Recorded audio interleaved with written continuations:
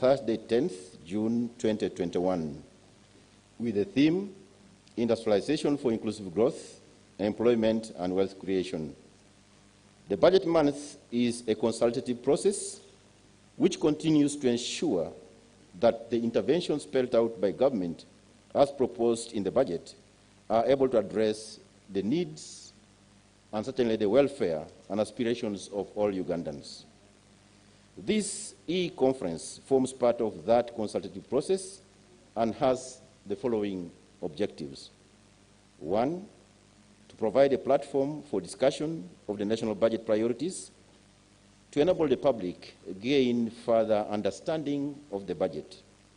And 2, to obtain a feedback that can be used as we start budget implementation, the interventions of which are contained in the budget for next financial year. We have so far carried out a number of activities under the National Budget Month for next financial year. And these include the launch, which was done as about a month ago. Number 2, the high-level pre-budget speech discussions and dialogue. I think you saw a number of participants on the television and radio stations, all trying to distill and decompose the essential elements of the budget for understanding of the population. And certainly, on Thursday last week was the reading of the budget speech, and today is a post-budget dialogue with key stakeholders. This e-conference, ladies and gentlemen, forms the additional activity under the budget month for the budget for next financial year.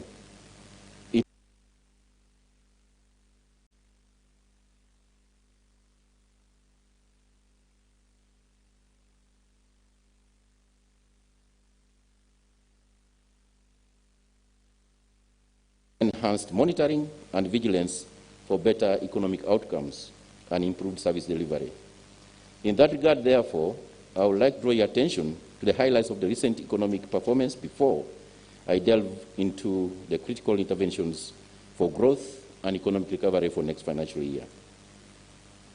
Economic performance.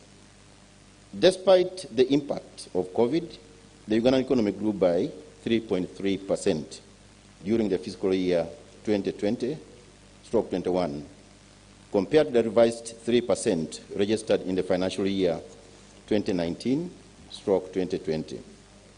The size of the economy, as you all know now, as you heard from the budget speech, in nominal terms increased to Uganda shillings 148 trillion 278 billion in financial year 2020/21, up from 139 trillion 711 billion in financial year 2019/2020. As indicated in the budget speech for next financial year, that was read out by the Minister, we are projecting a growth rate of 4.3% next financial year. This is based on the assumptions that the negative consequences of the pandemic will subside with COVID-19 vaccinations and other critical trials that are now underway. Of course, we're in the thick of the second wave. But how will we achieve the above growth rate, and how will the budget lead to the top economic recovery? Economic growth strategy is what we are going to implement in order to achieve that. The budget for financial year 21/22 will focus on interventions which will sustain recovery from the socio-economic setbacks caused by COVID-19 and other domestic shocks, such as the locust invasion, the floods, and external shocks, such as supply disruptions caused by the lockdowns worldwide, and the trade barriers that affected exports of some commodities in our neighboring countries. In order for the economy to pick up, the budget strategy prioritizes investment in public infrastructure and supporting the private sector to increase production and productivity, plus interventions to address the health impact of COVID-19. The strategy focuses on 6 broad and interlinked agenda that were highlighted in the budget speech, but sufficing to summarize so that we all are brought on board. Namely, 1, maintenance of security, peace, and good governance. 2, accelerating the pace of industrialization, research, and innovation. 3, enhancing the capacity to deal with both the demand and supply side challenges anchored on import substitution and export promotion. 4, human capital development by investing in community health, education, and water. 5, strengthening private sector by improving enterprise competitiveness with emphasis on improved physical infrastructure. And 6, championing inclusive growth through implementation of the parish model for development. What are the critical interventions for economic recovery and growth next financial year? The critical interventions for economic recovery and growth in next financial year, in line with the above growth strategy, are highlighted below. 1, the most immediate priority of government is to procure vaccines and speed up vaccination to enable all sectors of people operating in the economy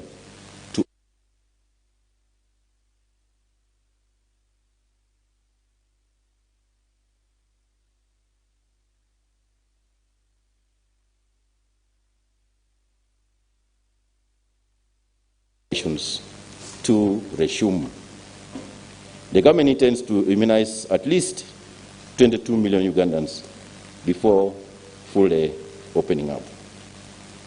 Continued support to medium, small, and medium enterprises will be critical for spurring production of jobs. That's the second anchor on recovery of the economy.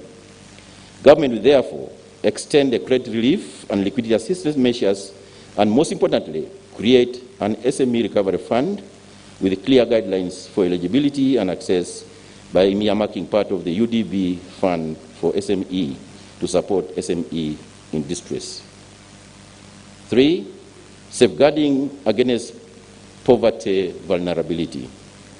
The parish development model will be critical in supporting local economic development initiatives through financing of viable parish-specific enterprises that offer local solutions and provide opportunities for both self and wage employment at the parish, targeting the 39% household in subsistence economy to lift them to money economy.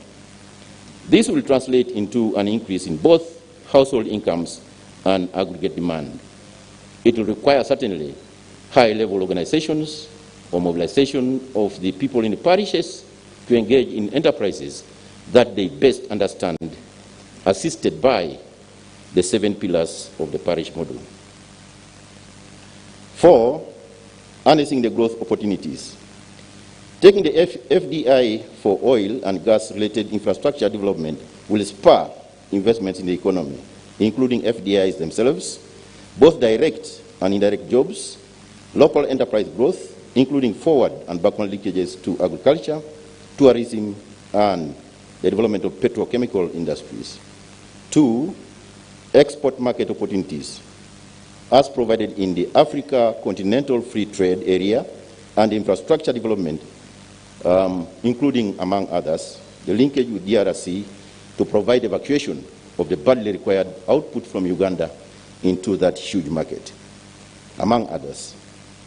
3, the COVID-19 silver lining for local enterprise development, which will open up avenues for further manufacture of items within, increased funding for UDB, agricultural credit facility at the Bank of Uganda, the UDC as an anchor for shareholding of government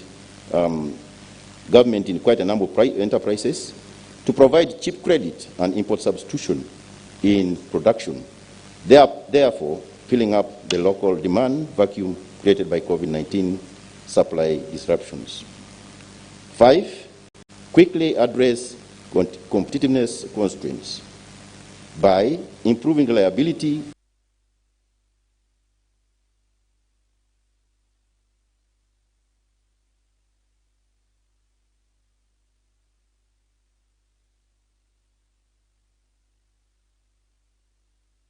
avail affordable long-term credit for private sector investments. Let me touch on the topical issue which is becoming very, very serious in the public debate. That is the issue of public debt.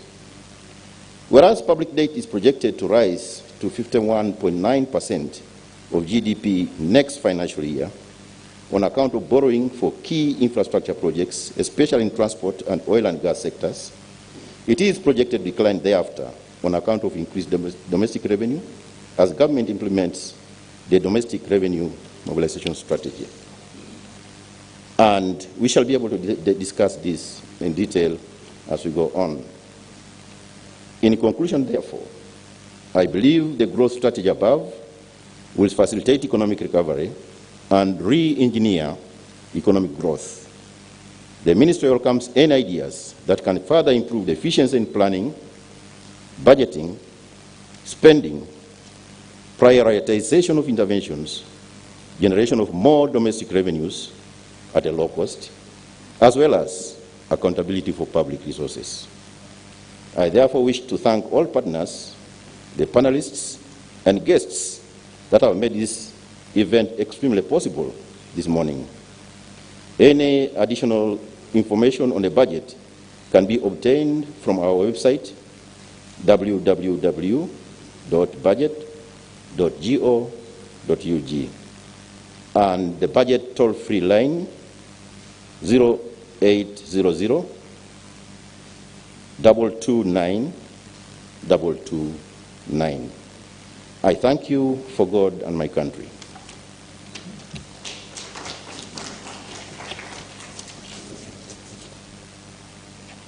Thank you very much, Mr. Patrick Ochailab, Acting PS, Ministry of Finance. Thank you very much for your speech. And we will be having Mr. Ochailab with us on the panel as we continue to take a deep dive into the budget. If you've just joined us, we're coming to you live from the UBOS Conference Hall here in the capital, Kampala.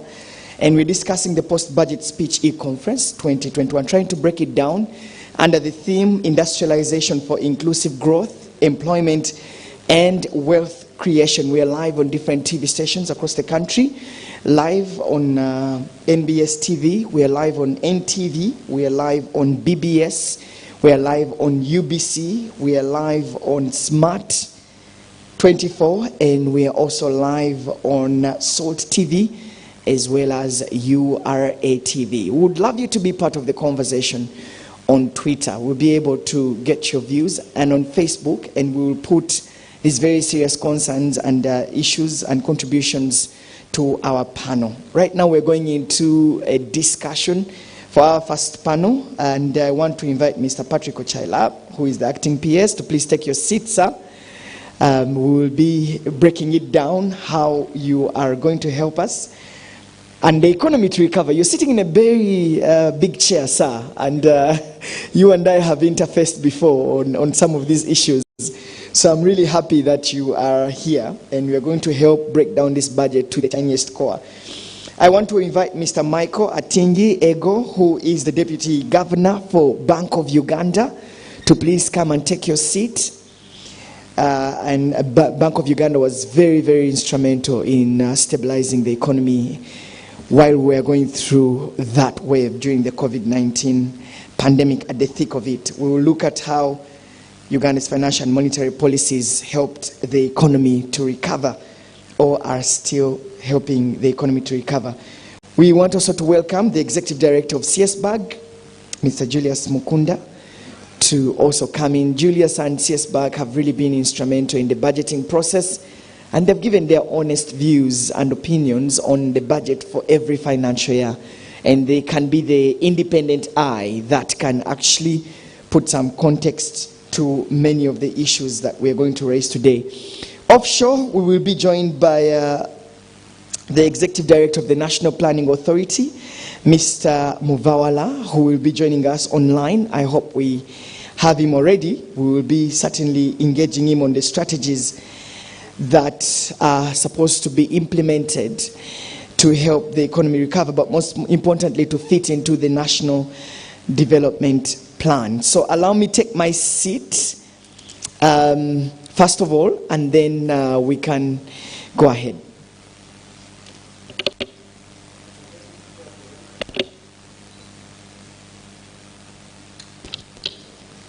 Okay, gentlemen, thank you once again for coming this morning.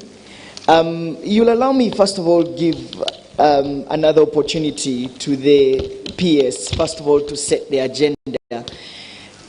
You know, this budget is more program-based rather than sector-based. I thought that we could start on that note, because there are very many people who previously were used of, you know, the Minister of Finance saying that we have allocated this chunk to this ministry. We have allocated this chunk to this ministry.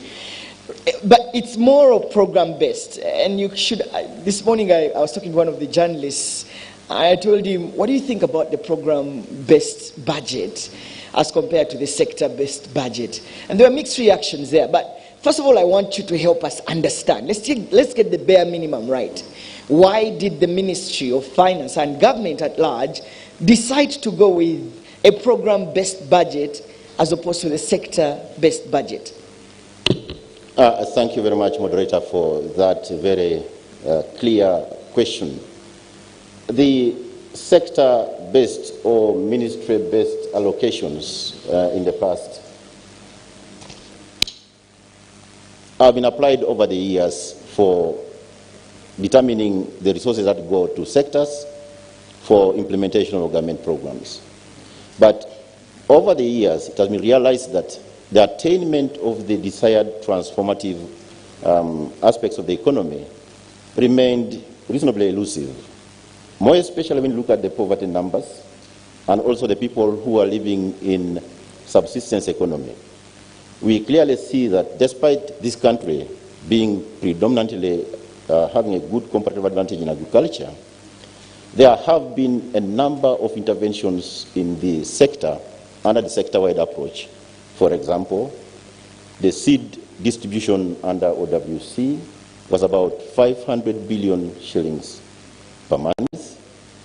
The money was going to narrow for research. Research on what? The seeds. The seeds for what? Both animals and plants. And how were the seeds being evacuated? There was no clear linkage there. The research was in the Greek. Quite a number of things were happening there, and the resources were going there in excess of about 100 billion per annum.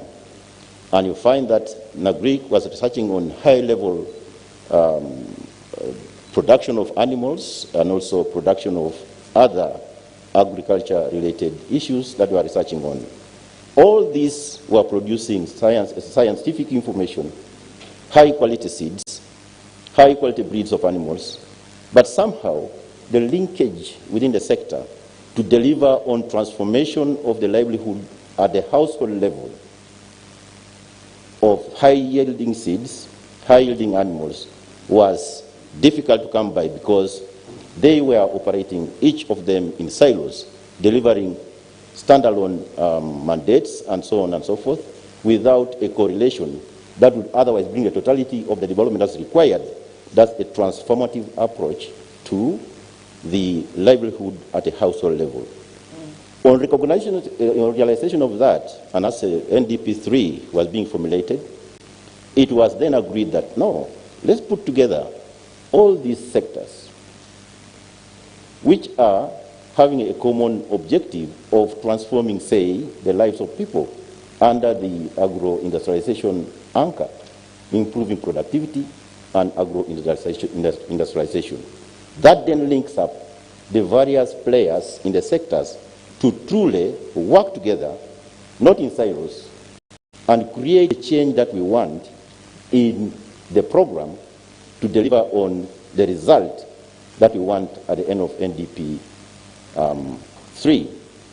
For example, the change from this silo mentality of OWC operating distributing seedlings and the others which I mentioned as example, operating in silos, is expected then under the parish model to take the whole of government operation at a parish where the parish people are organized on the best item that they can produce together at a household level, evacuate that item into the next level of agro-processing. You are now linking agriculture output to industry at the next level. It may be a primary production or processing first at the first level, things like milling maize, beyond maize to maize flour.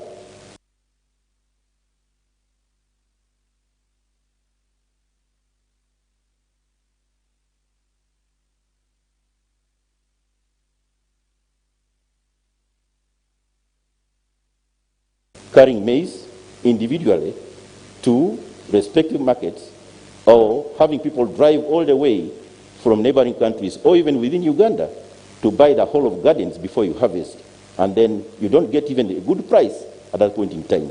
So organization under a program approach to make under the parish model approach will make the production first of all consistent with what has been guided in an organized manner. It will make it easy for the extension work to be delivered at a parish level for those people to produce a homogeneous item for a common market. It will improve collective bargaining under the concept of cooperatives. Those of you who grew under cooperatives know the power of cooperatives for collective bargaining.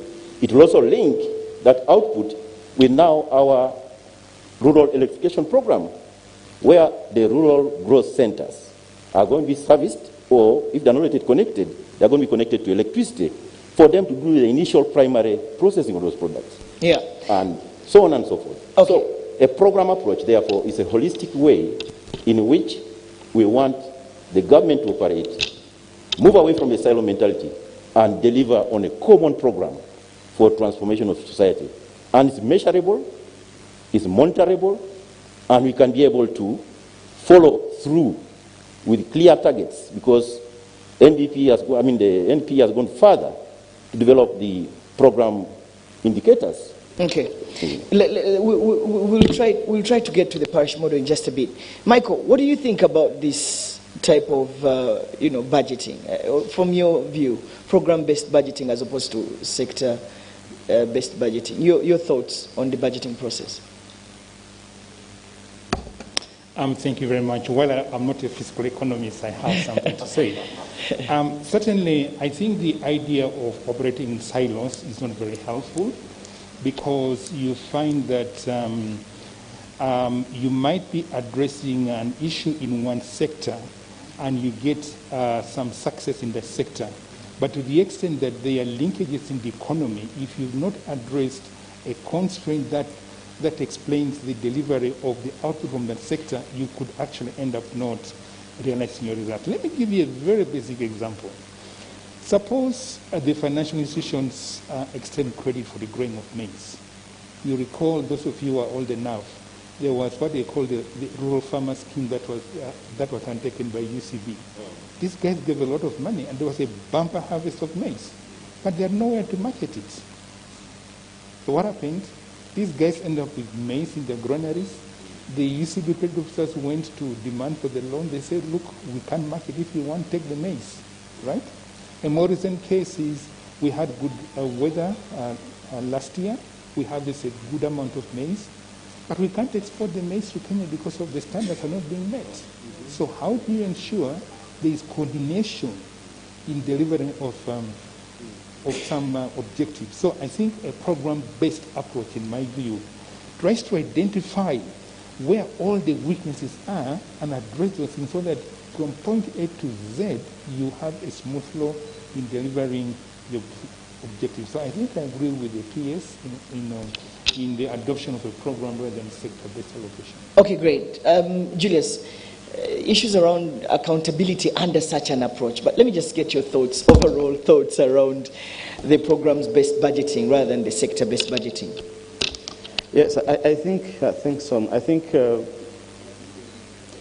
like the governor said, budgeting in isolation really is wastage of resources.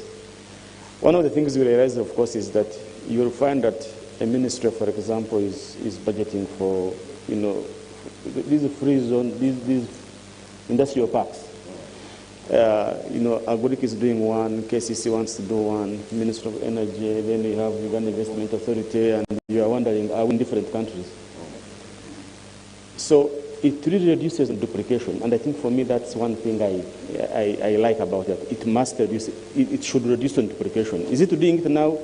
We don't know yet, but it must reduce duplication so that by the time you're going to implement an activity, you need to understand where that activity fits in a government program. And that definitely can help us. So in terms of accountability for me, is I look at the way in terms of how we're going to reduce on duplication of resources. Thank you. All right, sounds good. It looks like it has got a nod from all of us, from the people here. The people have been really questioning about accountability and how will we be able to follow the money and also to follow the progress of works. But Patrick Ochilab told me that there have been different deliverables that have been set to ensure that this program works. All right, let's get direct to the program, the budget for this financial, which is under the theme of industrialization for inclusive growth, employment, and wealth creation. And just hearing from your speech, you're quite optimistic, especially for the economy that has really been, in my view, struggling. And I know that the Minister of Finance has done whatever it can to help the economy recover. But let's look back a little bit from our history, where we're from, and that maybe helps us to understand where we are going. The COVID-19 pandemic really was, it really hit us hard.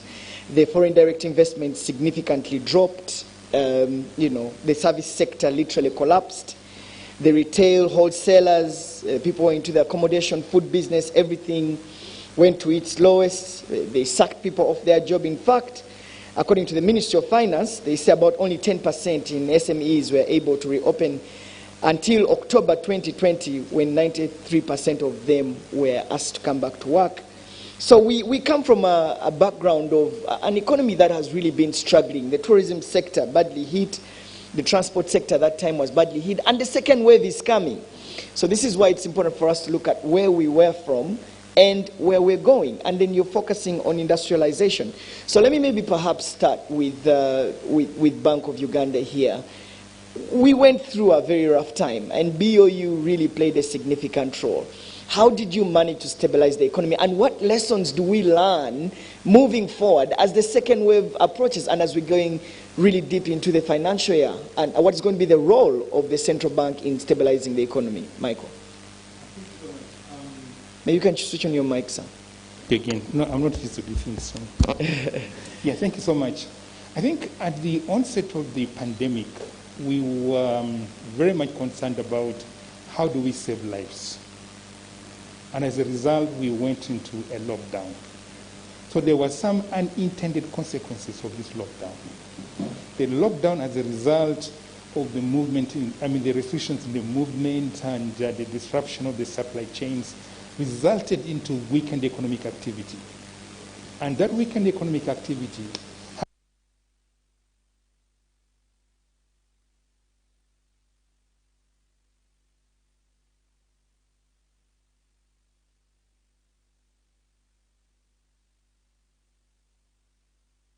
environment. How do we ensure that we continue having financial sector stability, notwithstanding the lockdown? So as a result, the central bank put in place some measures to deal with the recovery of or to maintain some activity in the economy while ensuring that the financial sector remains stable. So the most fundamental of this was the lowering of the central bank rate to 7%. This has been the lowest ever. The issue was the aim was to have the financial institutions access liquidity at the cheapest level possible, with the hope that this will translate into lower interest rates and also maybe encourage borrowers to borrow more and rekindle economic activity. And the other one was liquidity support to supervised financial institutions. A number of windows were opened to help commercial banks or supervised financial institutions access credit from the central bank. And also a number of credit relief measures were put in place to support the overall recovery of the economy by availing liquidity to the system. So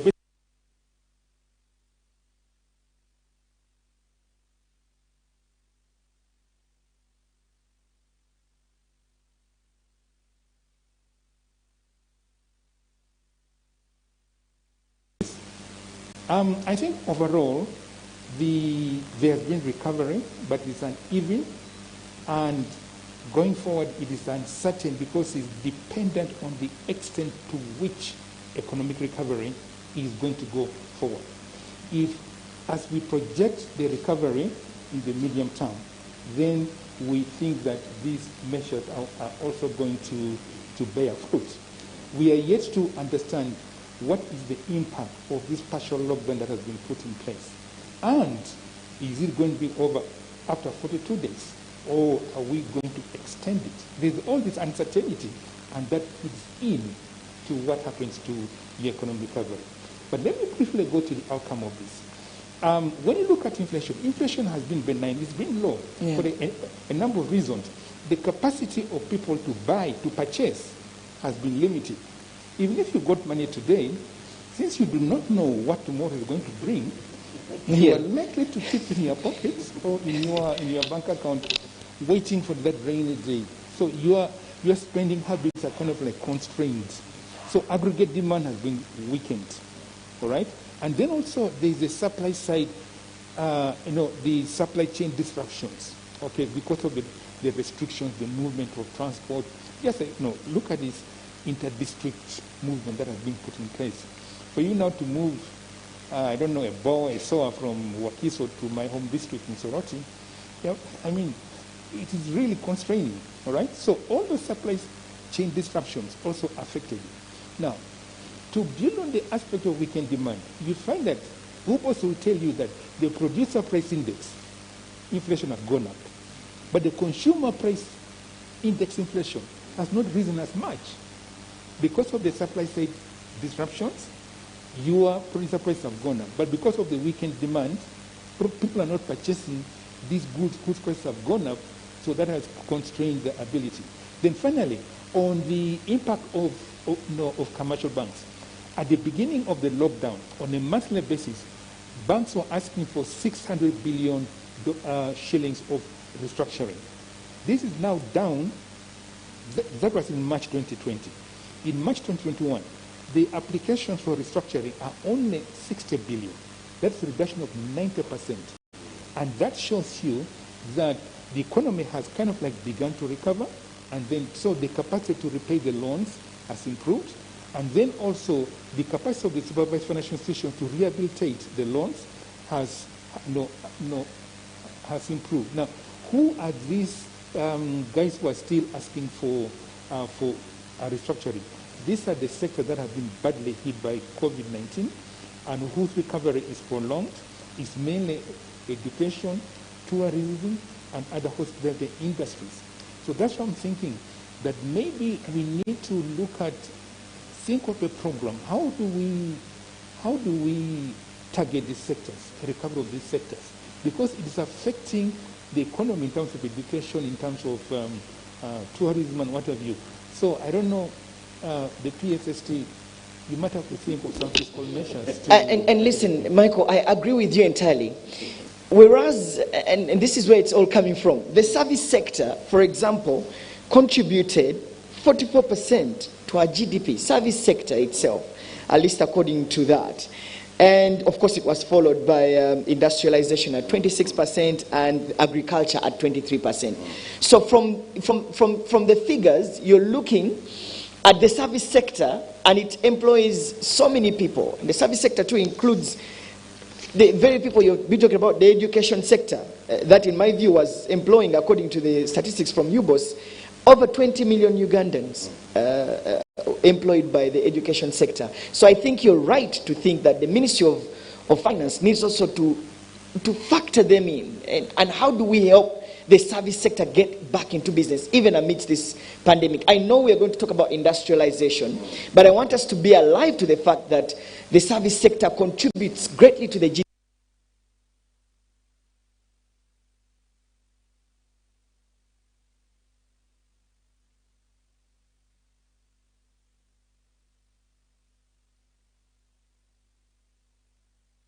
Someone who no longer opens their schools because of COVID-19, and remember how they are badly hit.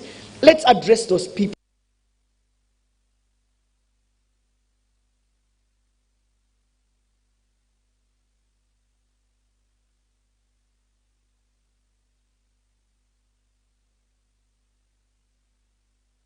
sectors at least sustain the little momentum which had developed when the partial lockdown was being lifted?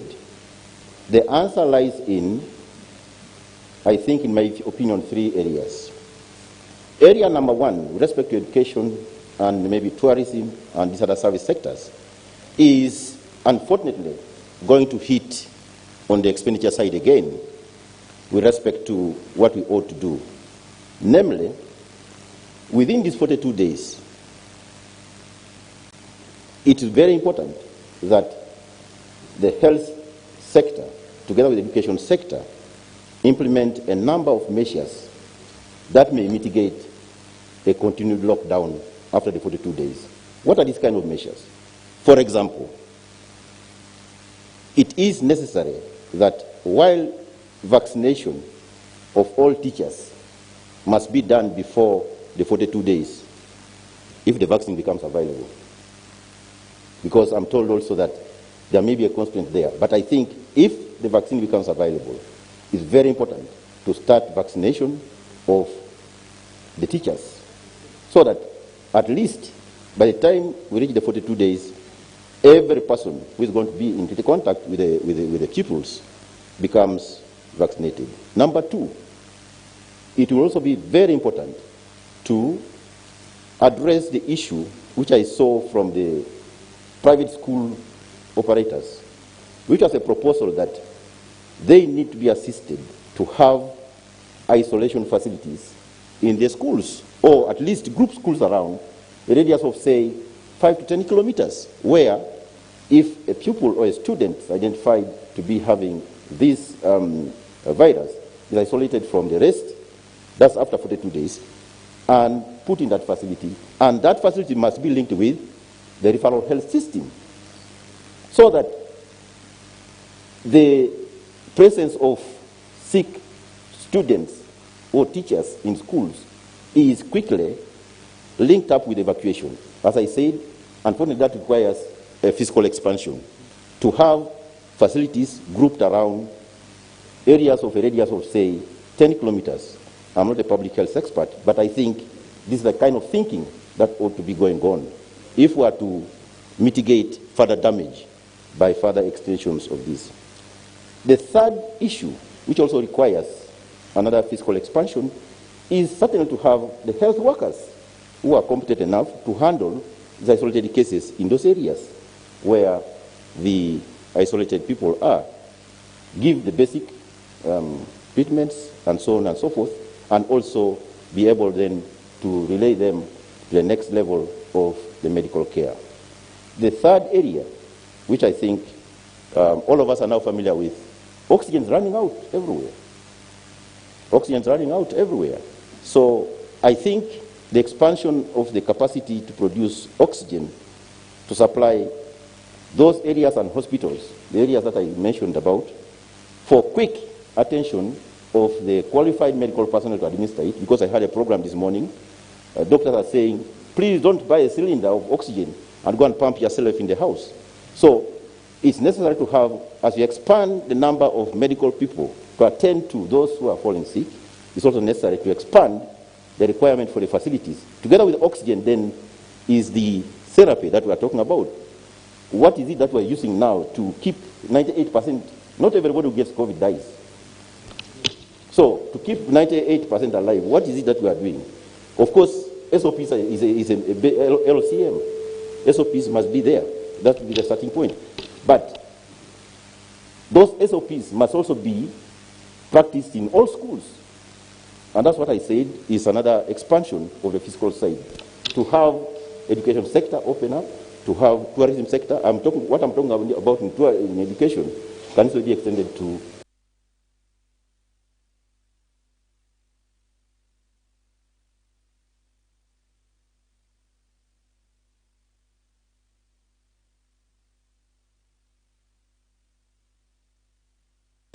oxygen, etc., etc. Whereas I hear you loud and clear, I think that the Minister of Finance and indeed government is going to face a very, very tough time, because especially this financial year. I read in the newspapers recently that there were over 150 schools that were being, auctioned. The owners are giving them out because they can no longer afford the loans. I think that's what Michael was trying to say, that some people were saying, can we refer the loans? The banks themselves are also under pressure to meet their targets. There's a lot of pressure on businesses, and we'll talk about the SMEs. And this is where I want to bring you in, Julius. It's going to be a very delicate one, especially this financial year, with the service sector. I thought we could do a round on the service sector. With the service sector, which is employing many people, which is largely affected, and there are very people who actually pay the taxes. I wanted you to weigh in on that delicate balance, and what do you think that this budget is going to do to help address the challenges in the service sector? Because, to be honest, it really employs so many people and it contributes largely to the GDP. Thanks, Solomon. I will take on where the governor has almost stopped. I think the interventions of Bank of Uganda have almost reached their limit. Probably, I don't know if they have more space to do that. Maybe that's the other one. So the 60 billion that now is there for this service sector, what should we do? And I think for me that's a very good starting point. One of the things I think needs to be done, of course, is can we provide relief to these particular sectors? And it goes to my point of, for any policy that we are developing, it must be specific to target particular areas or sectors that are heavily being affected by COVID. So it's not only education, but probably it's also these other small and medium enterprises. The only challenge that is there is how do you do that? Which instrument can you do to ensure that it's not abused? In some countries, you go and buy off these sectors. Hopefully, when they recover, they can be able to pay back and you recover your money. But in an area where you find the school's ownership, you even don't know who owns it, it does not keep the books of account, it is not contributing to URA in terms of tax returns, it becomes a bit of a challenge in this country. It's not only that, but probably others. So what should we do? I think it's quite very important that in this country we need to have registration of these businesses so that we can be able to track them properly. So that in terms of crises like this, if you're able to provide this kind of relief, there is the way that you will track this relief and it will be able to bring it back. So that's point number one. Point number two for me is on the issue of, in terms of what we need also to do is, I know the pressures in URA. The revenues are not coming up. We are hitting very hard on them that we are borrowing so much. And now we are telling them, please expand. We need some more money. So probably if you go to the governor, can you print some more notes? The governor will say, please, I can't print more notes. It can't be an option. But there is an option that can happen. And the option is in terms of looking at the efficiency levels within what we do. To the extent that I was really very happy to listen to the budget speech to say they're actually going to save 800 billion out of consumptive expenditures to cut them down. I was like, okay, this is a very good measure. It's very important that we become frugal in this particular area. Where should we spend money and know that we're going to get some returns, and where should we not and postpone those particular expenditures? That is very important, so that we can have some small monies to help us deal with these coming problems. Because otherwise, we are really between a hard rock and a stone in terms of what we can do. The only thing is to save in terms of consumptive expenditures. And that goes on with even our communities. If you're asking for a new district, if you're asking for a new city, if you're asking for a new member of parliament, if you want to have a new, just know that those resources that you're asking, that those things you're asking for need resources. So if we can stop those demands. Lastly, is the whole thing about for me is closing leakages within our system. It's quite very important. Let us ensure that what we spend, we can be able to account for it. It is very important. That we spend on the right things and the right people actually benefit from these amounts of money. So if we are going to say we are supporting education institutions, thank you very much. Let us have a list on the notes board so that we all know which institutions are being supported. But if that list comes out and we find that actually half of them are not education institutions, then the idea of supporting education institutions so that they can be able to recover is gone. And the same thing with everything, is that we need transparency and accountability, even when we are in this particular crisis. Because we are being told, do everything but keep the receipts.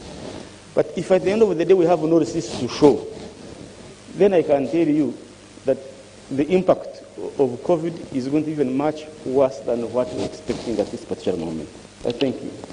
I think Julius raises very serious points here, and Julius, we will hint on that just shortly.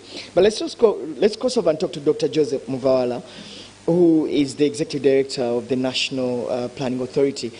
We've had conversations around planning for this country and budgeting differently. We have the National Development Plan 3, which I know is anchored on industrialization and the resource allocations in the budget. So I want to see what he thinks about it. Dr. Joseph, thanks for joining us this morning. Does this budget fit very well? Does it pass the test of the National Development Plan? Are we putting money? You know, I was once with Joseph one day, I think one of the readings of the national budget, and then he gave me a scenario of a family. You have plans, I am going to do A, B, C, D, E, but when the money comes, you actually spend it elsewhere, and then you want to, at the end of the year, see how far have you gone with the implementation of your plan at family level. And so he helped me understand that. Joseph, come in. Do you think that this time around, the budgeting process has tried to fit into the industrialization agenda as detailed in the ministerial policy statement, the financial statement for this year's budget? Dr. Joseph.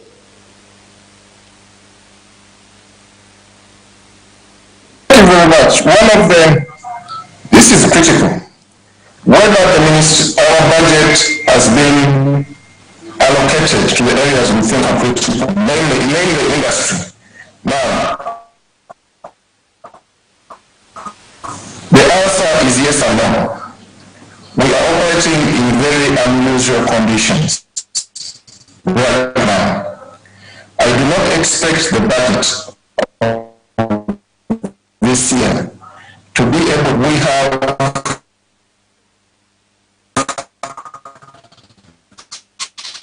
problems that we are dealing with. I can tell you that while we have a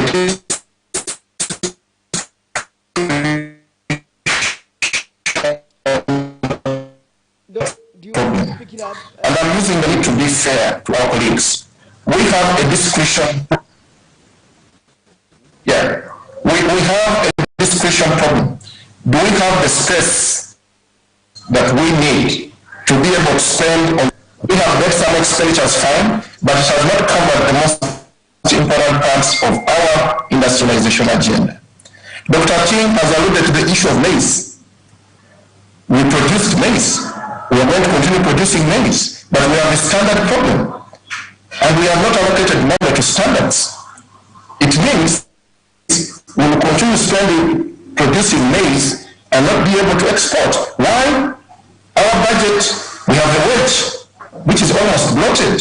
So when we get resources, the first call of our resources is wage. The second call of our resources is security. So what do we remain with? So the issue right now that we need to do within the budgets of the different sectors is to prioritize. We must prioritize. Otherwise, I don't think we have done justice. Not because we don't want, but because the situation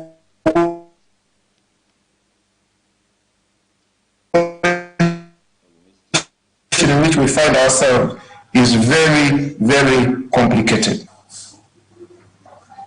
I don't know whether you get me loud up here. Yeah, we've missed some bits, but we have got the core of it. And let me put that exactly to Ochilab here. Yeah. You just heard it from the man who plans for this country. He really takes time, and I need to admit that Dr. Joseph Muvawala is a very brilliant man, one of the Uganda's best brains, at least in my view, that I've interfaced with. He sits down with his team, plans for this country, and yet your allocations are elsewhere. So you're spending a lot, about 5.5 trillion shillings into wages and salaries, according to this budget. you have the security again taking the lion's share. And he's complaining. He's saying, guys, we are thinking about constructing 23 industrial parks as detailed in the National Development Plan.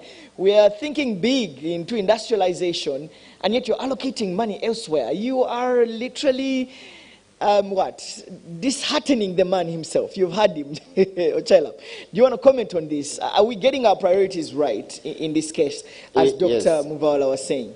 Yes, we are getting our priorities right, except the resource envelope is very limited. And I've heard that before, Ochila. I think Doctor knows very well where we are coming from. I think with respect to the program allocations, I heard him talking about sectors again, which was difficult for me to comprehend. I thought we had moved away from sectors to programs. And the programs which are getting more money is actually agro-industrialization. And you may say that let's look at the components, the essential components of each of those programs and see where the money is going under each of those programs.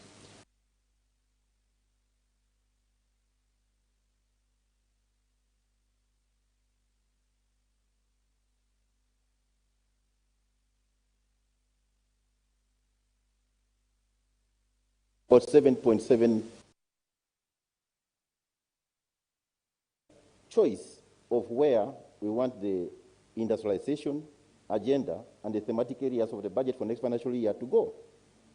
The decomposition into wage and non-wage and development can also be disaggregated, and we can clearly see that the wage component is going up.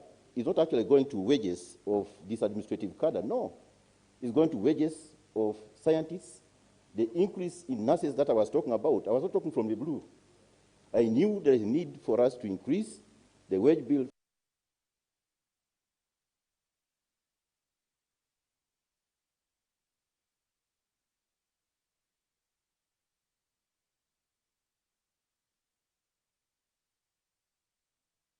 for us to link the necessary part of our health care with the necessary delivery under the program. So let's also admit that whereas there are key priority sectors, we have an increased administrative wage bill. I mean, looking at our parliament, our executive, I think, yes, and I say thank you for looking into the issue of medical workers, but the significant chunk of the money is going into public administration and wages, rather than putting it into the core priority area, which is industrialization. And that's what Joseph was trying to say. Yes, there's money going to administration, public administration, but that's the cost you have to pay for the political economy arguments. I didn't expand Parliament. Parliament expanded. So you must provide for wage. You can't wish it away. So you say I don't have money for you. And, no.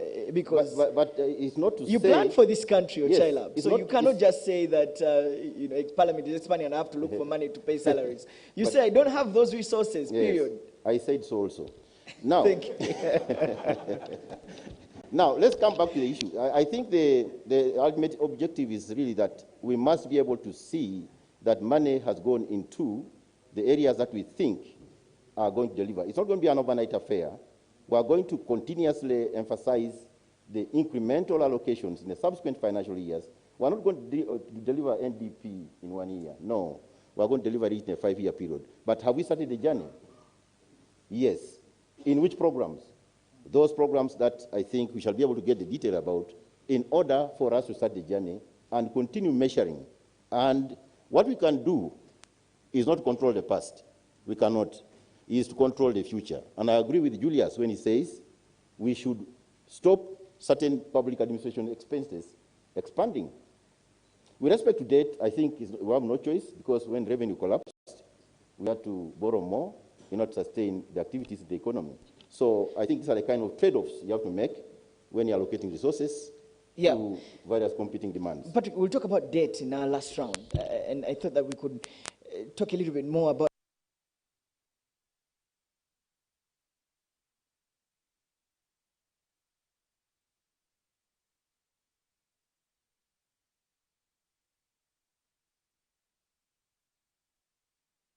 and the government has a plan of setting up 23 industrial parks. The president is always launching industries and factories in different industrial parks. Michael, let me draw you into this conversation as BOU, but also as an observer on what's happening in this country. So the plan that government is looking at is to provide cheap capital to people who are going to be investing in industrialization. Patrick made that in his opening remarks. And let me just make it very clear in this budget. Part of the allocations that government is going to do, government is going to give the Uganda Development Bank a further 103 billion in this financial year, 2021-2022. And that's in addition to the already recapitalization that they were given. That's about 555 billion shillings, which was disbursed in the previous financial year. And that is so much to help small and medium enterprises affected by COVID-19 and other industries. They're also looking at putting money in the microfinance support center to help the SMEs. But I also know that the agriculture credit facility under the Bank of Uganda is one that government will be injecting money. Do you think that these figures can go beyond text and become alive and can be used up by the people who need this money? And I'm not being pessimistic. I know Chilap is laughing at me, but I'm just trying to say, will manufacturers and people in the industrialization sector have an opportunity of getting this money? And I did an investigation into this, you know that, so I know exactly where this is. So do you want to lay Ugandans' fears of Ugandans and to the manufacturers out there who are looking for cheap capital, that this very money will actually be accessed to help them recover and help the economy to bounce back? Michael.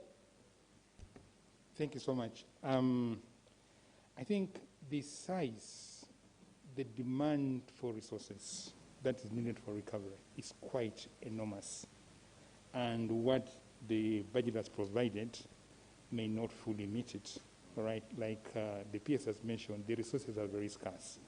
So this is trying to show something that we're doing something. But in terms of meeting the real need, I don't think it's the case. So if you were to ask me, what needs to be fundamentally done to address the issue of capital? Now, you see, there are two issues here. There's working capital, and then there's the real creation of capital. Those two need different types of financing. What is happening in our economy today? Commercial banks that operate at the short end of the market, they mobilize deposits 1-2 years maximum, and maybe now they got something. You find these guys who own schools going to a commercial bank to borrow a loan for 10 years. Now, a commercial bank, because its liabilities at the short end of the market, is trying to create long-term assets. A 10-year loan to a guy who's constructing a school. So how do they close that maturity mismatch? They have to go to the interbank, do this and this, and that's very expensive. So we need to address the issue of long-term capital mobilization. And that's why I go back to the reforms in the National Social Security Fund are very, very critical in this. Look at the liability structure of NSSF. It's long-term. But where are they investing their money? They're buying treasury bills, bonds, they're constructing buildings. Now, if you ask me what is the rate of return on this compared to if this money were to be invested in capital projects,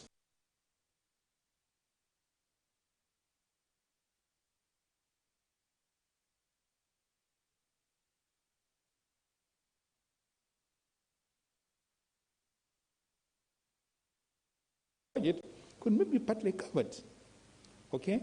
And then the other thing that we have to look at is Bank of Uganda has extended the yield curve. We now have 20 years, thanks to the Treasury for recently issuing a 20-year bond. So we have extended the yield curve to 20 years. So now we have 2, 3, 5, 10, 15, and I think 20. Now, what does this do? I think this yield curve is providing a benchmark for private sector to begin pricing their own resource mobilization. So the issue is, why can't they do it? It goes back to the issues that Julius mentioned. Even our private sector,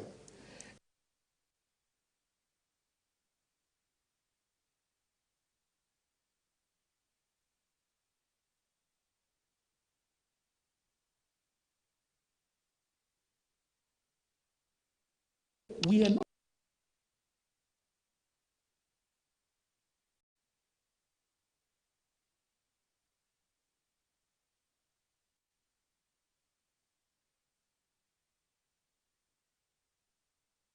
my friend Mr. Chilap, in the year ending 30th June, is borrowing 6.8 trillion shillings from this small market here. You know what 6.8 trillion shillings is? He's competing with the private sector. Exactly. So pricing them out. Shame on you, Mr. China. Pricing them You're out. going to get all this money from the domestic market, and the private sector has to compete with government. Michael, please go ahead. Pricing them out in terms of price and also quantity. But I don't blame him entirely, because the performance of the Uganda Revenue Authority has been below par as a result of the COVID-19. So what kind of counter-cyclical policy measure do you undertake? Then you need to increase your near domestic borrowing. After all, commercial banks also were not lending to the private sector because they were risk averse, that if I give you credit, your school is closed, how are you going to repay it? So they were washed with liquidity. They didn't know what to do. So government provided an avenue for them.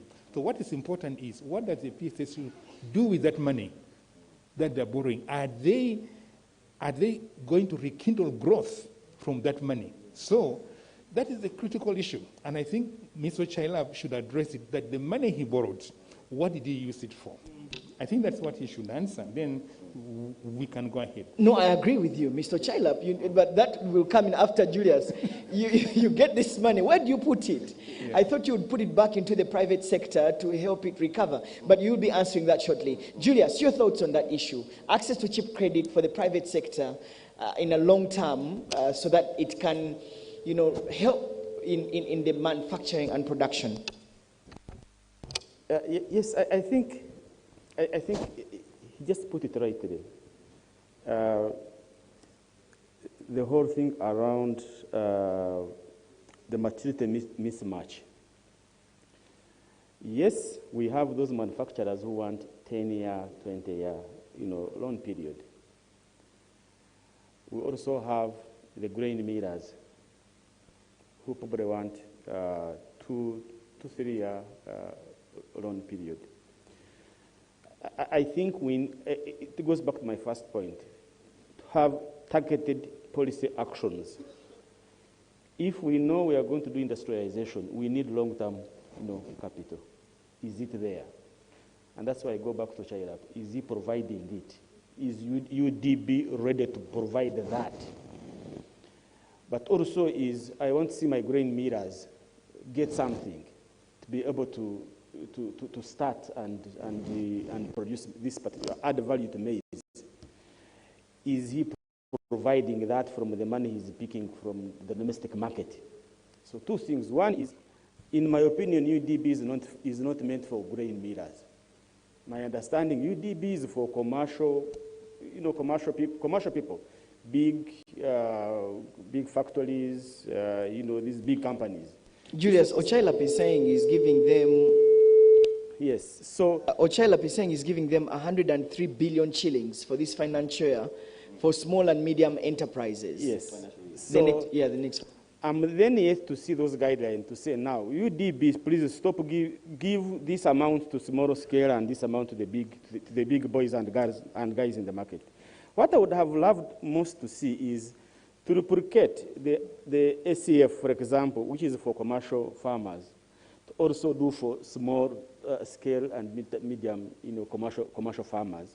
Or we ensure that our microfinance support center or our Posta Uganda, we also augment them with such a kind of capital so that they can be able to target the small and medium enterprises. Because for me, the big boys and girls in the market really, they don't have a big problem with credit. Some of them can actually even get it externally. Beyond here, they have the capacity because they have clean books. But if we go to our small and medium enterprises, you find that it is very strenuous, really, for them to access even 2-3 million. Because they will ask for you a TIN number, your registration, they ask for forms to be certified, a number of things which actually you're not even privy about. So it's quite very important that as we try to help, we should look at means of how they can access this money, but by the way, without defaulting, that's the other part. Without defaulting, because this money is not free of charge. If you take it, you should be in a position to bring it back. So for me, the market, that's how I want to see it. Targeted options for everybody who is in the market. Let it be small, let it be medium, or let it be large. Thank you. I think that you raise a very critical issue, and I know that government injected some money in the Microfinance Support Center for the Myoga program to help the small-scaled, the small and medium enterprises. And you're nodding in denial or in acceptance, Julius? All right, but we're still talking about access to cheap credit. Mr. Chilab, Michael asked a very interesting question. So you get all this money from the domestic market.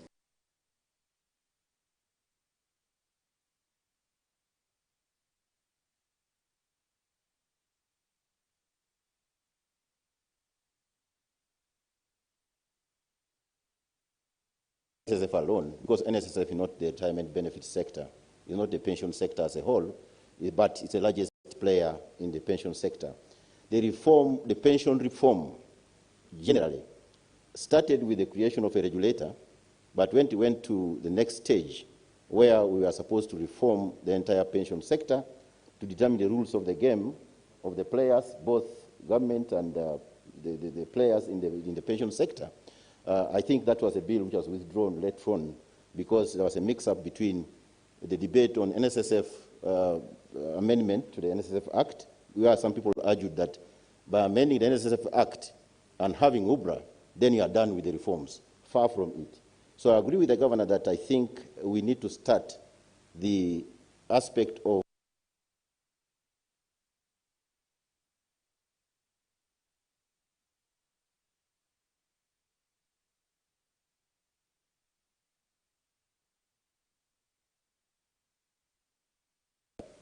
a long-term nature in NSSF and other retirement benefit schemes into a pool of resources that may become available in order to buy down the interest rates in this country, instead of trading in the short term or short end of the investments.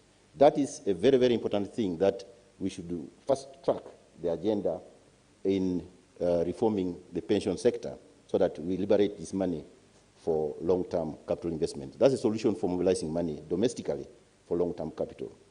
Now, the second point I want to make is with respect to what both mentioned, that when you mobilize this money, or when you put this money to UDB, Microfinance Support Center, Agricultural Credit Facility, ETC, UDC is supposed to be a shareholding side. Who is coming to pick this money? How organized are these people who are supposed to pick this money? There is also a solution for us there that we need to think about organizing the informal sector. There's a large informal sector in this economy that wants credit, but not organized in a manner that will make them viable for credit lending institutions, for them to pick the money from them.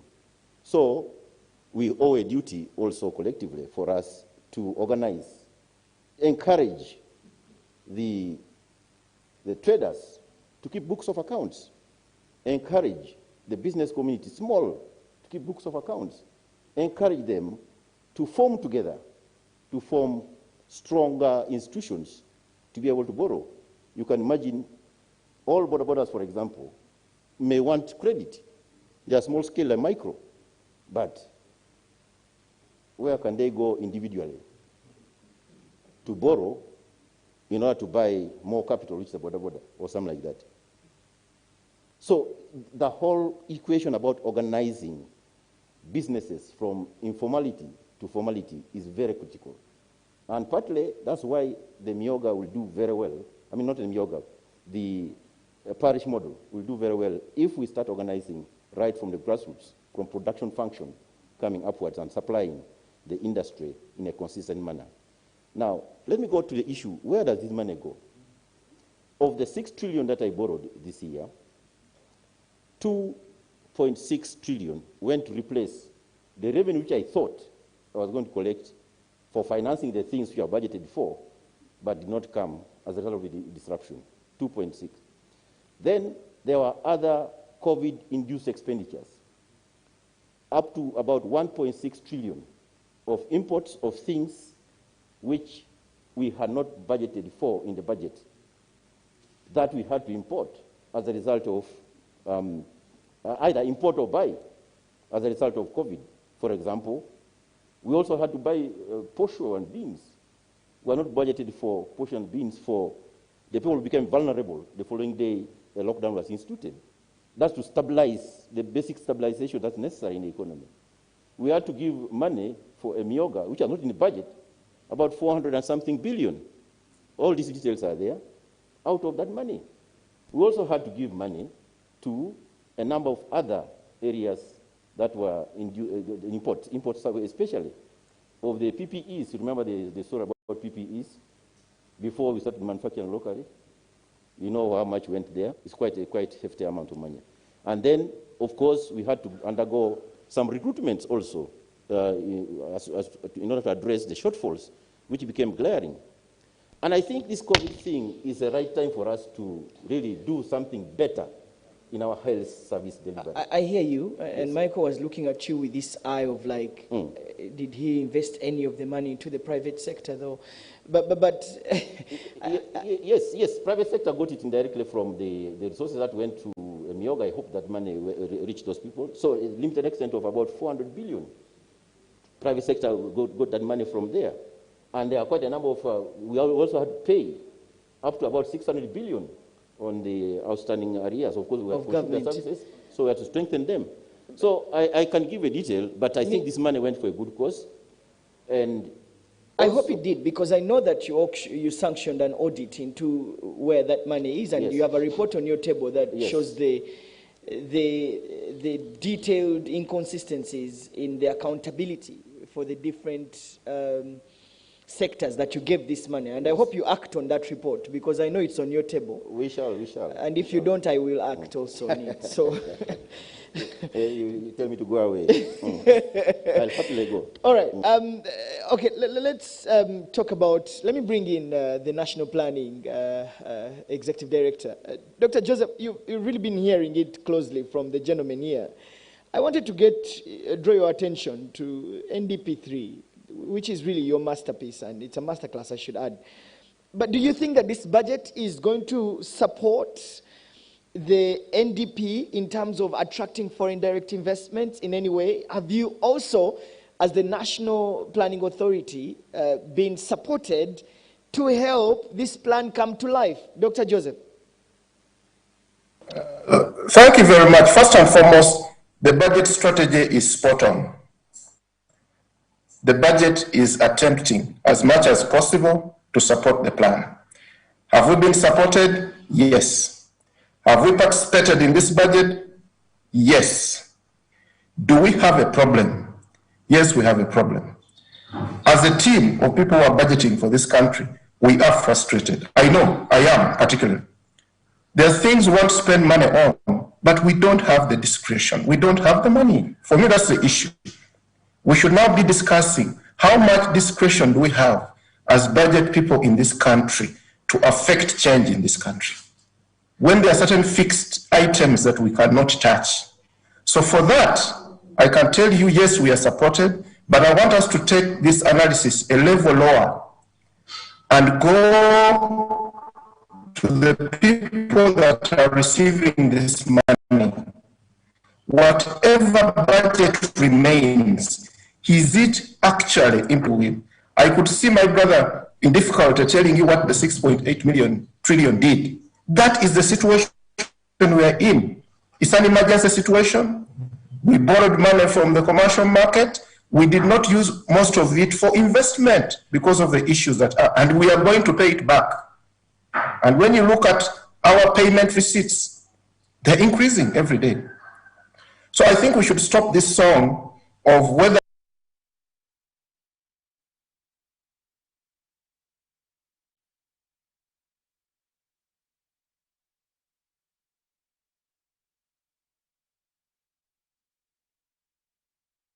resources they have, we should insist they spend it on doing the silos and dealing with the standards. Now is the time for us to go for budget efficiency at the spending unit, because we know there are areas, whether we like it or not, we cannot touch them. The exit model, wage is a constant, security budget is a constant, so whatever remains, we must do a better job. So I do not want to say I'm blaming anybody. I'm part of this team, and that's the next level of analysis we have to go for. I thank you very much. That's really interesting, and Michael, you've heard it from him. And I agree with him that we need to then focus on how we're spending this money. But we'll just get there shortly. I thought that we could weigh in on debt. Now that we have talked about how Mr. Chilab and the Minister of Finance distributed money, part of which, by the way, there is 2 audit.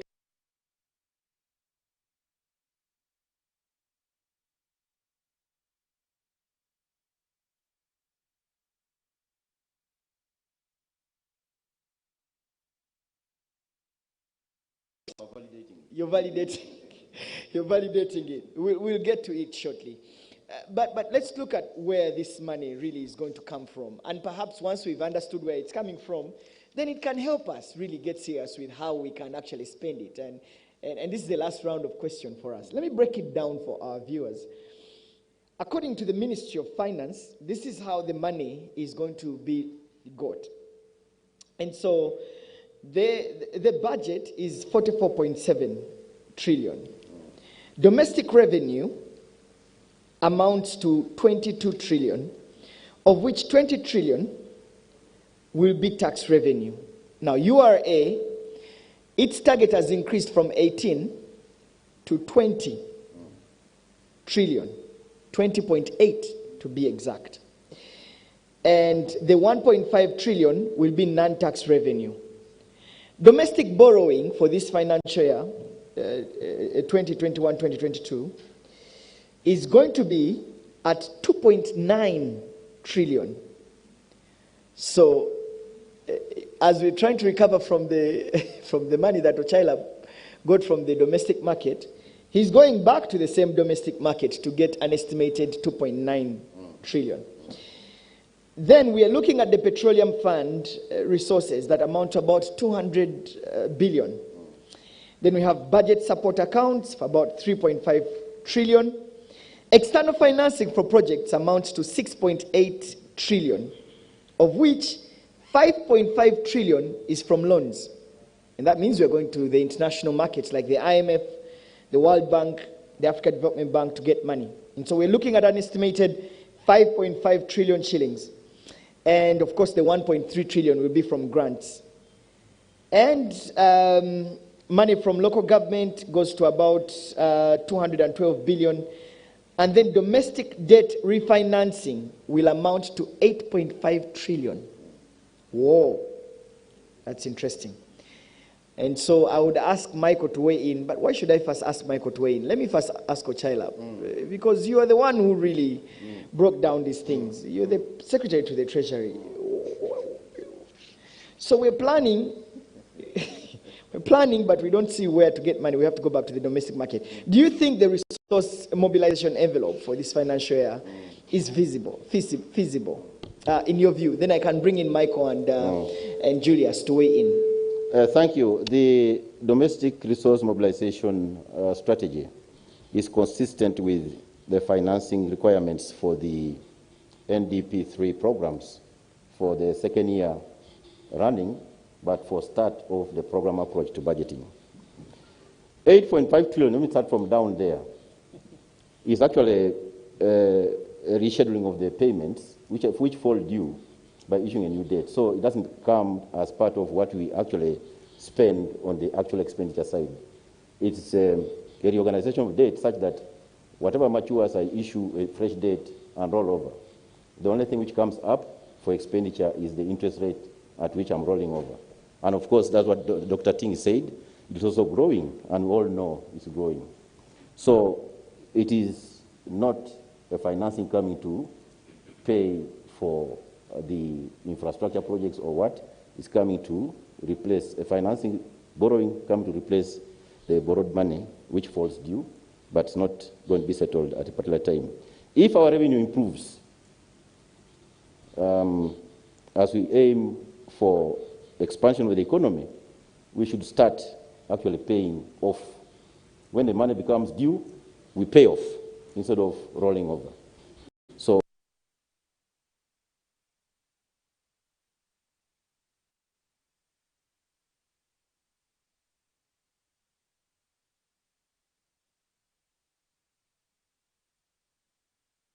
recovery of the economy.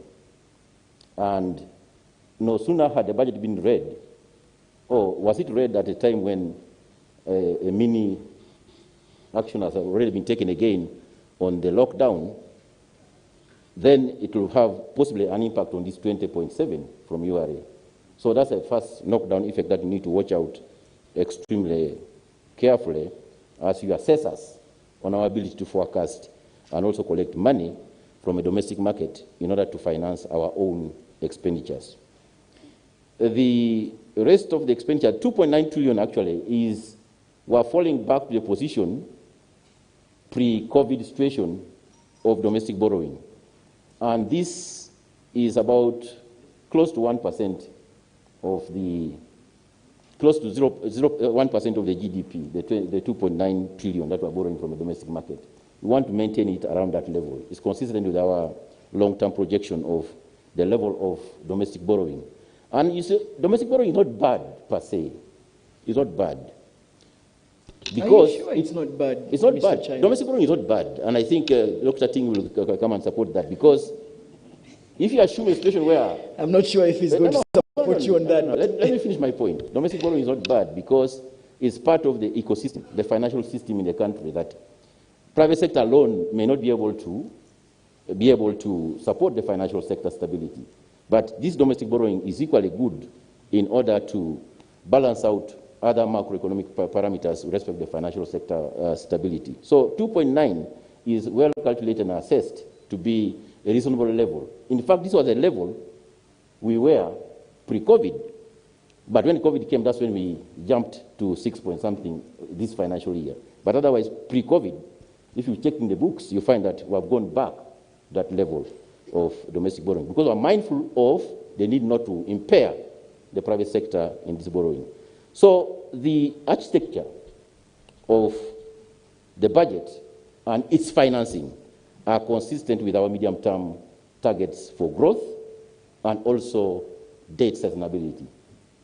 All this financing for next financial year will lead to a debt GDP ratio of 51.9.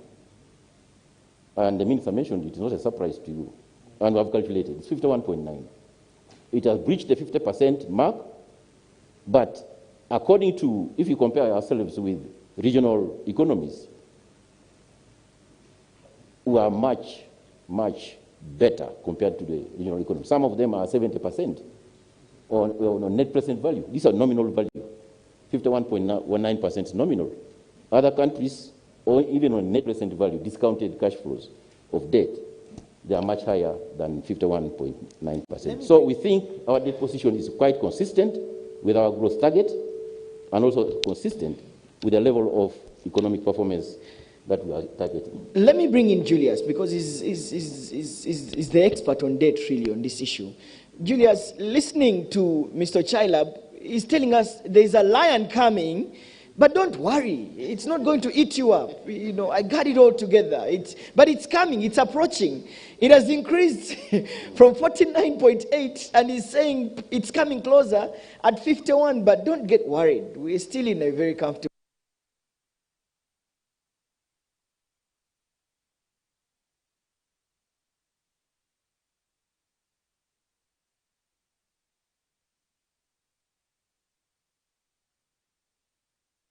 Because the levels in terms of mobilizing resources that we need and the times of appetite to spend that we had, were really, there was a very big gap. But also considering that with COVID period, there are those expenses you have to make to survive. And I think that was the first thing. So getting 51.9%, I'm not surprised.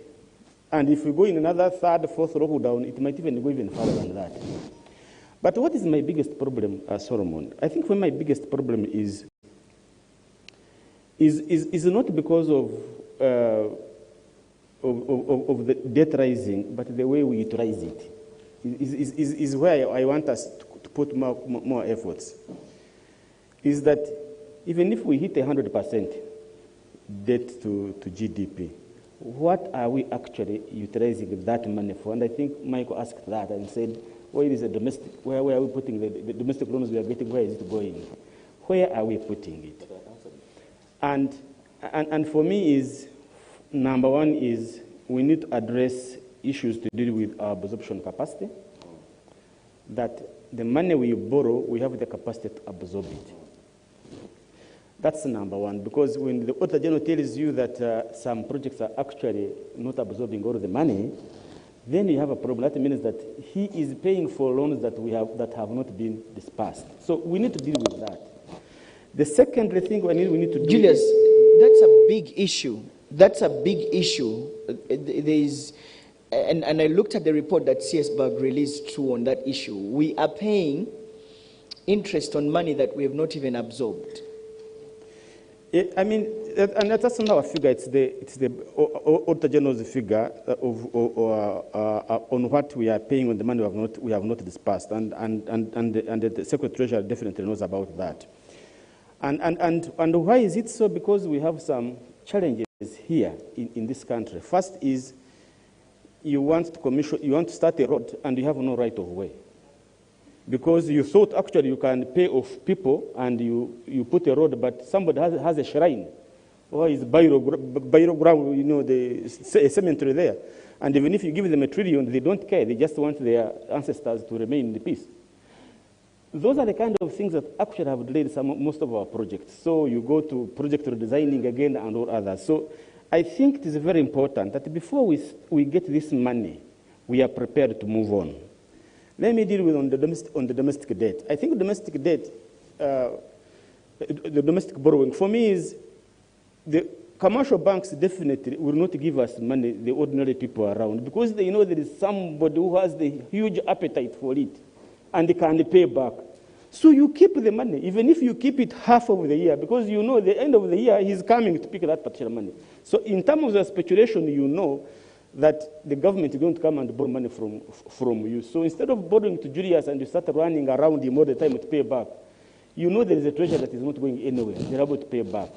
So if we could project and encourage government to look for external financing, which is concessional, because they have the capacity to negotiate than me and you. We cannot negotiate with the Exim Bank. We can't negotiate with the Kuwait Fund. You can't negotiate with the African Development Bank. No, but the governments can, because they have the capacity. And try as much as possible to leave the domestic market for private sector. And I think that would slightly reduce on the cost of debt. So for me, really is debt, the debt issue is on how we are utilizing it. Thank you. Thank you very much. Michael, weigh in on this. Thank you so much, Solomon. I think this is a hot potato. I agree with the PSST that, and also with Julius, that looking at the debt GDP number for 21-22 at 51.9, I think there's a business case for it. I think we don't argue against that. This is moving from nearly 50% in 2020/21. So there's a business case for that. Now the assumption, of course, if you look at it, Solomon, is that in the medium term, this trajectory of debt GDP is going to come down, all right, to below 50%. So if that is the case, then it makes sense. But so where's my caveat on this, Solomon? My caveat on this is the assumptions that have been underpinned on this debt GDP coming down to 50%. It is assuming that that growth in GDP is going to take place, right?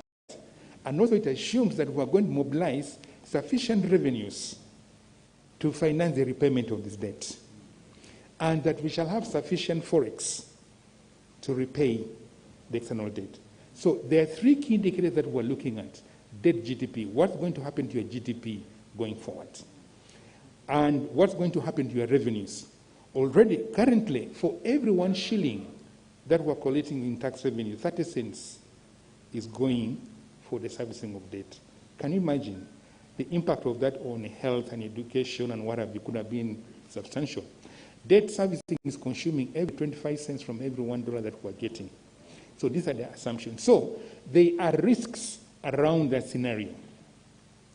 The upside risks include the fact that, one, I don't think to what extent all these oil and gas, these oil agreements that were concluded recently, right? And the fact that it's leading to the final investment decision, if that takes place, then you are going to have probably much higher GDP growth. So that is the upside risk, right? That it could actually be better than we think. And then, of course, this animal called COVID-19, if the treatment, if the vaccines, come all on board, everybody gets immunized, the 4.8 million, we are back, we open education, schools are open, tourism is open. Of course, that one we're in a comfortable position. So I have no problem with the 51.9. But at the same time, Solomon, there are downside risks. And the downside risks here are, one, the tightening of the financial conditions in advanced countries. Right now, we are having significant offshore players in our domestic securities market because interest rates in the advanced countries are very low. So you find every participation, every treasury bond auction here, you find banks looking for $20 million to sell, all right, for participants to, for foreign participants to participate in the market. And that's having an impact on the exchange rate. Some of you are asking, why is the rate so strong these days, right? We are seeing lots of offshore players in the market, all right? So you find that the rate as of yesterday was 3,620, all right? So all these other flows and particularly offshore are contributing to this. Now the challenge is inflation is beginning to increase in advanced economies. So depending on what the central banks do as a policy response, should they raise the interest rates? And then these guys who are here say, wait a minute, where should I invest my money? Uganda or in the US? Then they might reconsider and then say, okay, fine, I'm going to move back. So that's going to be an impact on that. So that will cause a problem, and you could have a depreciation, and that depreciation could have an impact on the shilling value of the debt. That's one. Two, this vaccine, the treatment we're talking about, already we are, at the time we were doing this budget, we were not thinking of second lockdown. Now, the second lockdown has come. I don't know the intensity and the duration of it, what happens to it. And then, of course, you look at the other financing sides also. Your domestic revenues are increasing from 18 trillion to nearly 20 trillion. What is the impact of all these things playing now on the 1.8 trillion? So those are the downside risks. Now, if such a shock happens, right, then you don't have the capacity to respond to it. So your debt might deteriorate going forward. And also right now, we are exhausting the room, what I call a buffer, all right, in case there are further shocks. God forbid you get an earthquake today, and then you are supposed to address the needs of those guys. I'm not sure where Mr. Chalab is going to get the money from because he has exhausted all the buffers, all right? So our capacity now to address any emerging emergencies, for that matter, if I may call it emergencies, is getting very constrained. So we need to bring back this debt GDP down as quickly as possible so that we're in a position to address any unforeseen shocks. So that's what I would like to say about that. Thank you. Thank you, Michael. Let's have a parting shot and then we take a break. Let me start with Dr. Joseph. What's your parting shot as we close this conversation around the budget? Dr. Joseph Muvawala. My parting shot is that as a team of people who are doing economic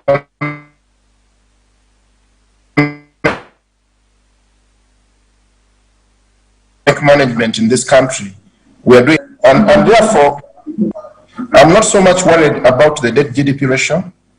We had to have some level of debt, given the condition we're in. We had to borrow, we had to spend. We now have to go back internally because the devil is in the detail. The devil is so much in the detail. The issue of utilization of our debt is critical, and Patrick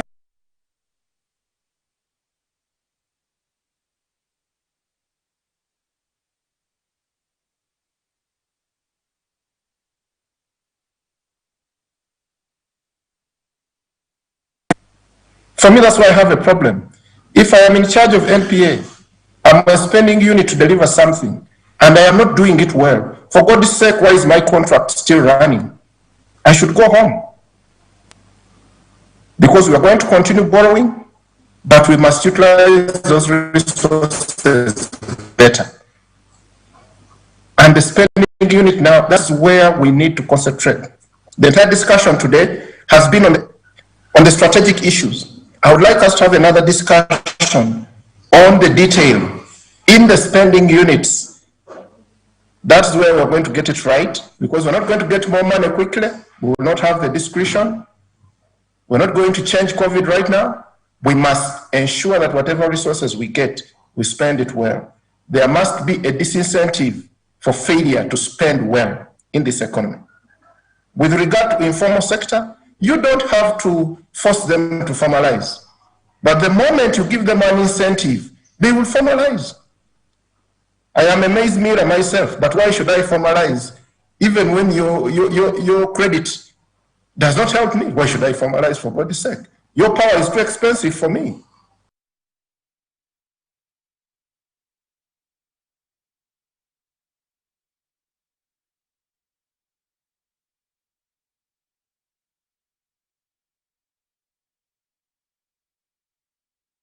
How do they formalize? But they have to, but you have to give them an incentive. Interesting views. Our time is fast spent, so I'll give you 1 minute, all of you, to give me your parting shots, and then we take a break. I'll start with Ochaila. Thank you. A parting break certainly is that 3 things. 1, we must improve absorption capacity of the loans which are borrowed.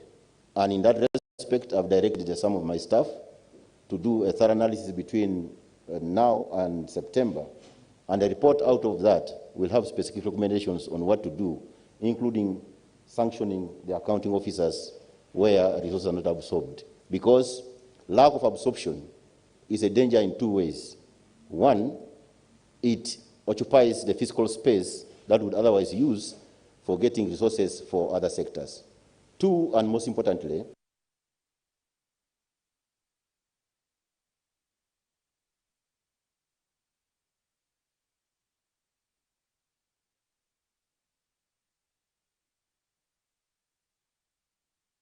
of resources. On account of that, I think by September, you will see the kind of recommendations that are going to come, and I'll put it forward to the appointing authorities of those guys and see what they can do or cannot do with them. 2, I agree on the issue of refocusing at a lower level, the efficiency of the budget. That one is also something that we need to look at as we prepare for the budget of next financial year. In a budgeting cycle, the other financial year budget is going to start being prepared around about September. So no sooner that this one starts, that the other one starts. So it's a serious matter. Number 3, the borrowing, I think, is okay, but we must pay attention to the areas for which we borrow resources for, and the curve that we are, assumptions underlying the trend of the debt GDP ratio. We need to look at them very seriously, looking at the downside and the upside side part of it. For example, some of us traveled up country most of the time. You can see there is a dry spell And I could see all along, right from Soroti up to Kampala, maize is starting to wither. So I don't know whether the factory for Muvawala will have maize to hull next season. That's a real danger. That's a real threat. Should that drought hit us, we need to kneel down and pray. And COVID is with us. And the measures to mitigate it must be implemented. Then we have another big problem, which threatens our downward trajectory of dead GDP going forward. I'm not saying anything now, but I'm just saying the constraints and assumptions underlying the trajectory, we pray stay on course.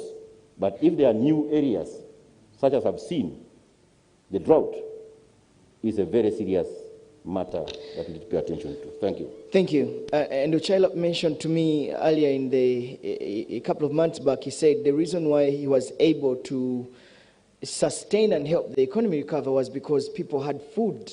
Yes. And I think I agree with you.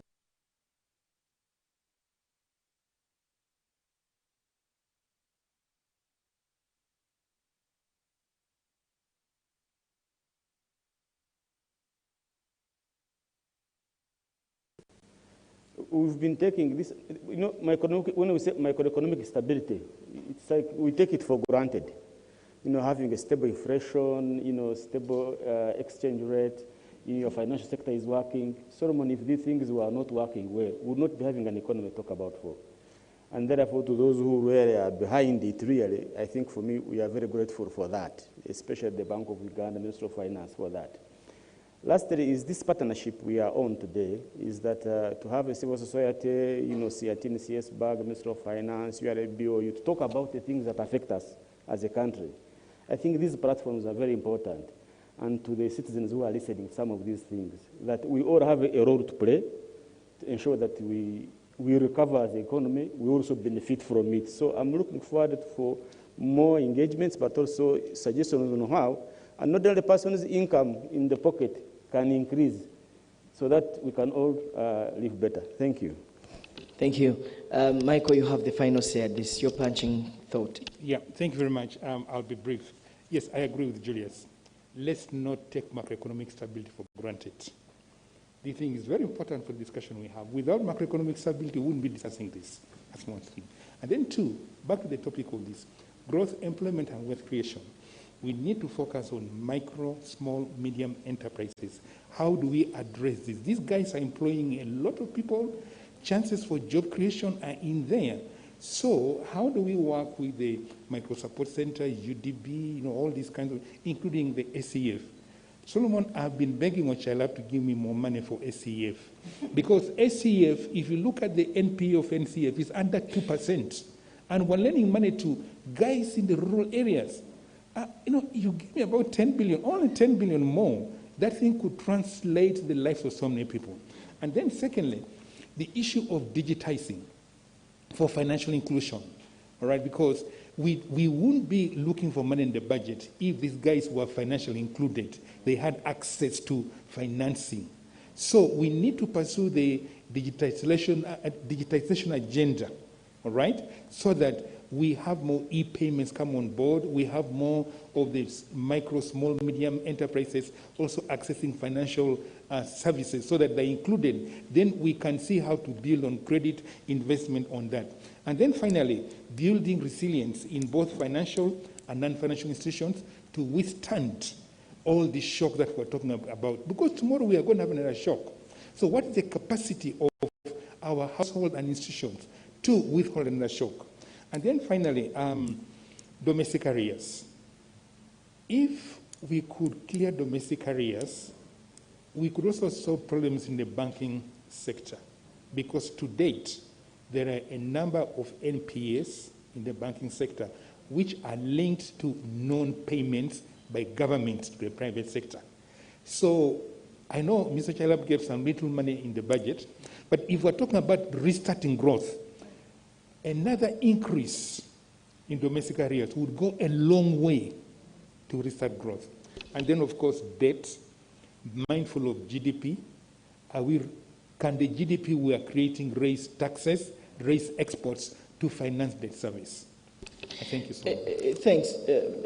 Thanks, Michael. Maybe you can just switch off your mic. Oh, sorry.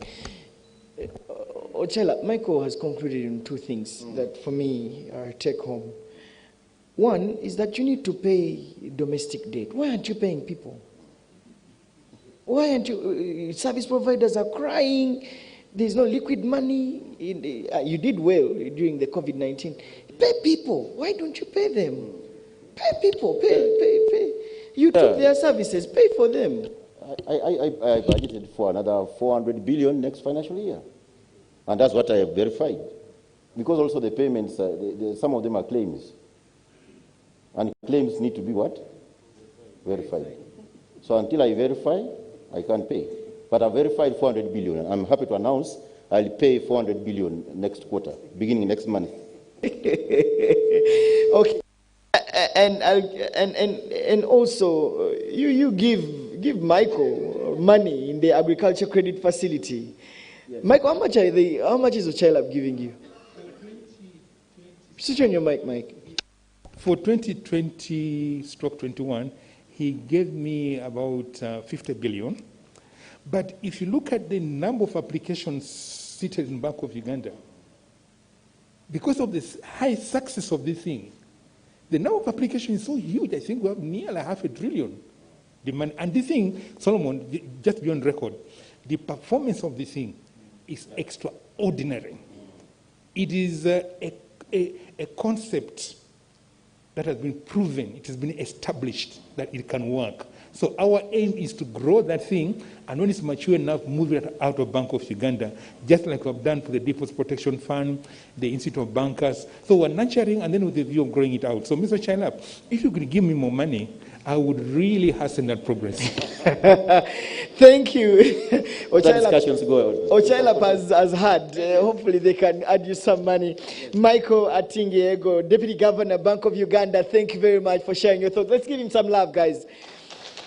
Julius Mukunda, Executive Director, Csbag, thank you. Let's give him some love. My friend Ochila, Patrick, PS at the Ministry of Finance. Let's give him some love, guys. Thank you very much, Mr. Joseph Muvawala, Doctor. Thank you very much, Executive Director for the National Planning Authority. Thank you. We love you. Thank you very much for your input and for being independent. We loved your submissions and analysis. And especially thank you to all of you who are watching us live from different television stations, including Smart 24, Salt TV, NBS, NTV, BBS, URA TV. Let's take a break. When we return, the private sector speaks back. I'm Solomon Seranje. I'll see you shortly. Good morning.